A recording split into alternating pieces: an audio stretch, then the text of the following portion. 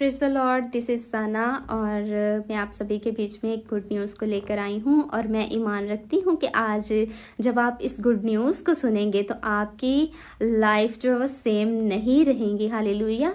तो आइए हम देखेंगे खुदा उनके कलाम में से मत्ती की अंजील और उसका 4 बाब और उसकी 17 आयत को देखेंगे।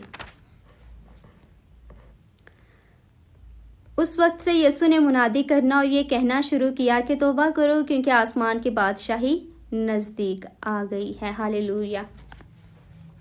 और वो गुड न्यूज़ यही है कि खुदावंद की बादशाही जो है वो नज़दीक आ गई है। हालेलुया। और हमें उस बादशाही में दाखिल होने के लिए तौबा करना ज़रूर है। हर उस काम से जो खुदा के कलाम और उसकी मर्ज़ी के ख़िलाफ़ है, हमें उन तमाम कामों से जो है तौबा करनी है, फिर ही हम खुदा की बादशाही में दाखिल हो पाएंगे। खुदावंद की बादशाही किसकी मानित है?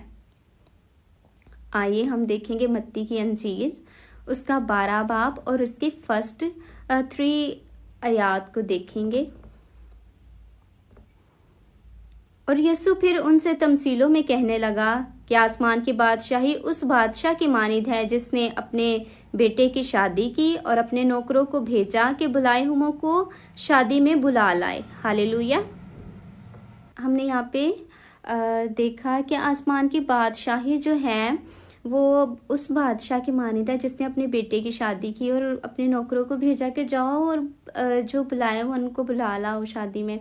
ठीक है। और बुलाए हुए कौन है? हम सभी बुलाए हुए हैं खुदा की बादशाहत में और उस शादी में शामिल होने के लिए हम सब बुलाए हुए हैं।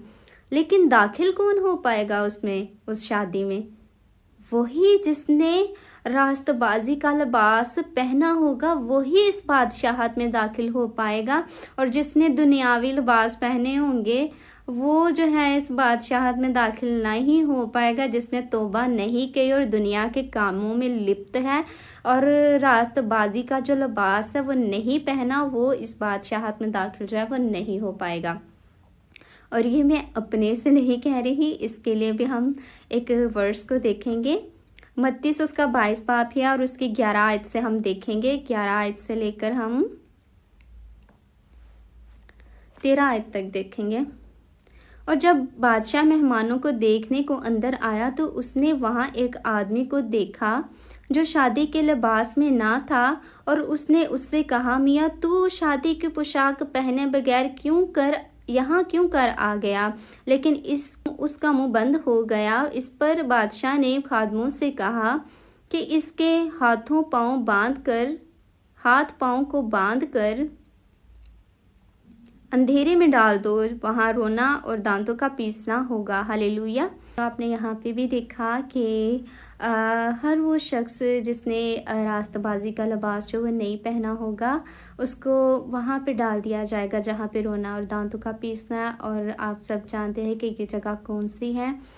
तो ये हमारे हाथ में है कि हमें रास्तबाजी का जो लिबास है वो पहनना है या नहीं पहनना। खुदावंद ने हमसे कुछ भी बात को जो है वो पोशीदा नहीं रखा। हमें सब बातों को जो है वो बता दिया गया है कि हमें जो है वो बादशाहत में दाखिल होने के लिए रास्तबाजी का लिबास जो पहनना पड़ेगा। हालेलुया। और आगे हम देखेंगे कि कौन ऐसे लोग हैं जो खुदा की बादशाहत में जो है वो दाखिल नहीं हो पाएंगे। बहुत सारे ऐसे काम हैं बाइबल मुकद्दस में लिखे हैं, आप पढ़ सकते हैं, लेकिन यहाँ पे कुछ ऐसे हैं जो मैं आपके लिए पढ़ रही हूँ। पहला ग्रंथियों और उसका 6 बाब और उसके 9 से 10 आयत तक मैं पढ़ूंगी। क्या तुम नहीं जानते कि बदकार खुदा की बादशाही के वारिस ना होंगे? फरेब ना खाओ, ना हरामकार खुदा की बादशाही के वारिस होंगे, ना बुतप्रस्त, ना जनाकार, ना अयाश, ना लोंडेबाज, ना चोर, ना लालची, ना शराबी, ना गालियां बकने वाले, ना जालिम। हालेलुया।